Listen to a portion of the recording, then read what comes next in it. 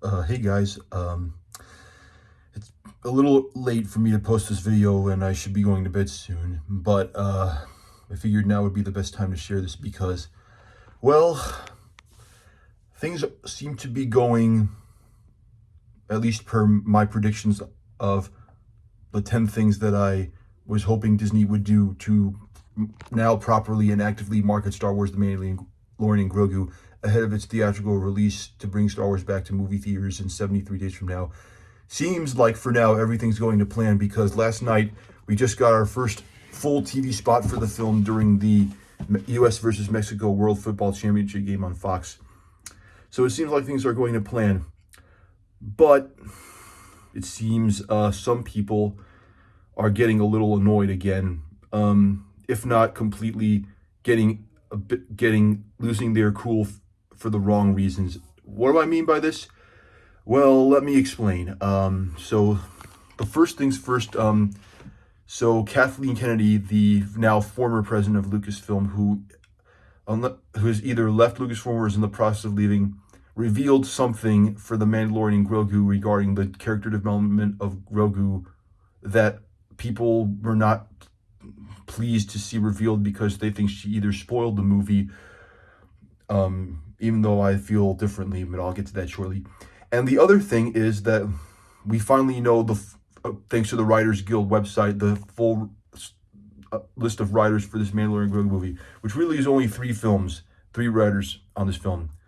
Jon Favreau, who is also the director of this film, that's the first writer. The second is Dave Filoni, my idol, the guy behind the Clone Wars with George Lucas, Star Wars Rebels, Bad Batch, Ahsoka, Mando, Mandalorian, soon Maul Shadow Lord, etc. And the one I think that has caused the most controversy of these three writers, and that's Noah Clore. And people are trying to say Noah Clore is a problematic writer for this movie because of how mediocre the Book of Boba Fett on Disney Plus was. Yet they seem to be forgetting that Noah wrote arguably the best episode in season 3 of The Mandalorian that many felt was in tone to what they think is the best Disney Plus Star Wars series, and that's Andor.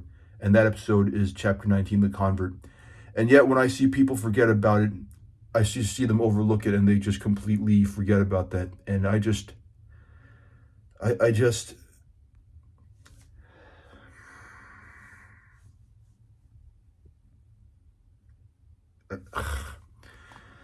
really, guys, have you, I mean, I don't get it. I honestly don't get your behavior. You say you want this movie this Mandalorian Grogu movie to at least have the same team behind it, and yet when it is, you just completely look over the third writer's work because of how bad the Book of Boba Fett was in your eyes, even though that writer, Noah, made arguably the best episode in season 3 of The Mandalorian, the Chapter 19, The Convert, with barely any Din Djarin and Grogu except for the opening scene and the ending scene, and the episode being entirely set on Coruscant and focused on Dr. Pershing. Like, I don't get what I sometimes I'm kind of feeling like there's a bit of there's a targeted campaign against this movie's success because people don't want to see a fun Star Wars movie succeed because they feel like they think serious Star Wars is the only way to go because of how great Andor was, even though I feel like the viewership data shows otherwise, because, especially considering that the audience for Star Wars needs to be kids, because George Lucas always said Star Wars is for kids, and yet you people just don't remember that or just choose to ignore it to fit your own sort of mentality about what you think Star Wars should be when you really should see what Star Wars is meant to be.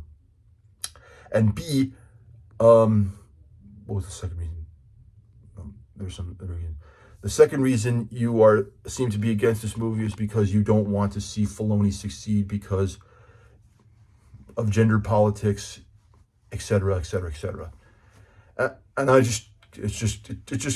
just gets annoying. Like you just, and let alone the fact that you're just doubting this movie's writing now because of one series, which really Noah didn't even write every episode in the Book of Boba Fett, by the way. He was just a line producer and a staff writer for that series. It was Jon Favreau who wrote every episode including the 6th episode of the Book of Boba Fett, which Dave Filoni co-wrote as well as directed.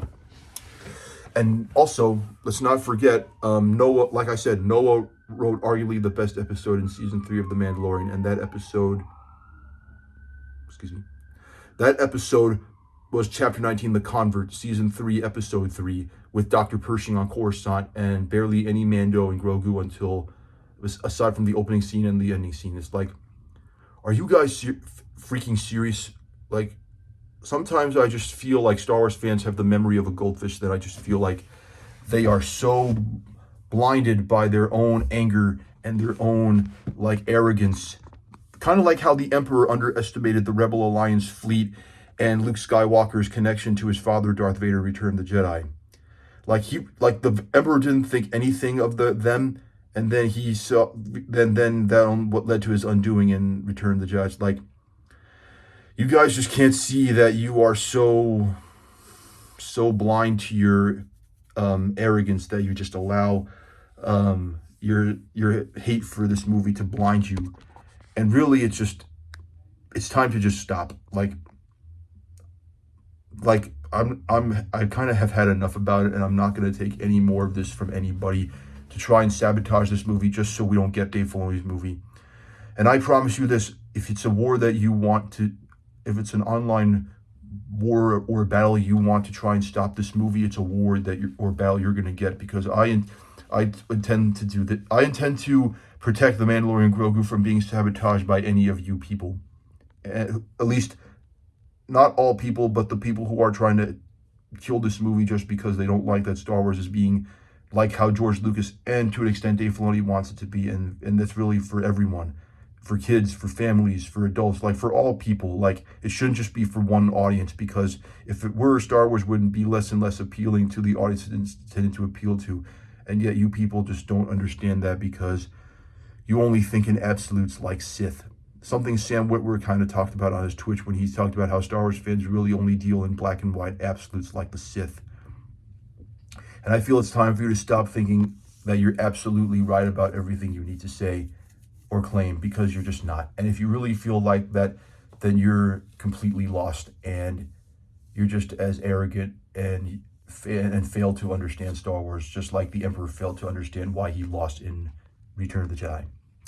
And finally, you got to stop getting your panties in a bunch over Kathleen Kennedy revealing that detail about Grogu in Star Wars The Mandalorian Grogu. Like, I wouldn't say it's a spoiler, because I feel like if Kathleen Kennedy is saying this, then it's probably something that she wanted to say to temper audience expectations and not expect to see something you won't see, only for you to throw a hissy, angry fit about it, like how I'm sure many of you threw a hissy fit that we didn't get the reunion between the original 3 characters, Luke, Han, and Leia, in Star Wars The Force Awakens. Need I remind you that there were also spoilers blurted out for Rogue One, A Star Wars Story, back at Celebration Europe in London in 2016, when Zhang Wen, who played Baz Melbus in that movie, accidentally spoiled Donnie Yen's character, Chirrut Imwe's death in Rogue One. And yet people didn't, at least compared to this, didn't seem to make a big deal about it. And I feel like they wanted to know about that to kind of show that Rogue One would still be a darker Star Wars movie that would have a lot of death, to kind of show like the cost of destroying the Death Star in A New Hope, and that the heroes would have to sacrifice themselves to give the Rebel Alliance a victory in that film. And also, let's not forget, J.J. Abrams also revealed in Entertainment Weekly back in 2015 for the rollout for The Force Awakens that Kylo Ren was part of a group called the Knights of Ren, and yet people didn't seem to think that was a spoiler.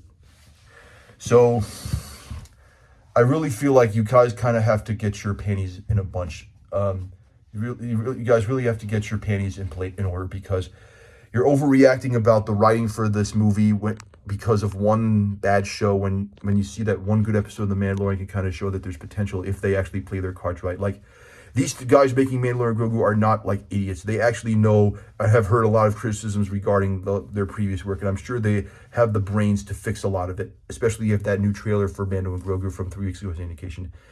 And you got to stop thinking that the movie's spoiled, because it's not. If there is more spoilers revealed, then I'll change my tune. But for now, it seems like there's still a lot we don't know about for the movie until May 22nd. So I really would warn you not to get in the way of this movie and not sabotage it or make it fail, because it's Gotta stop him.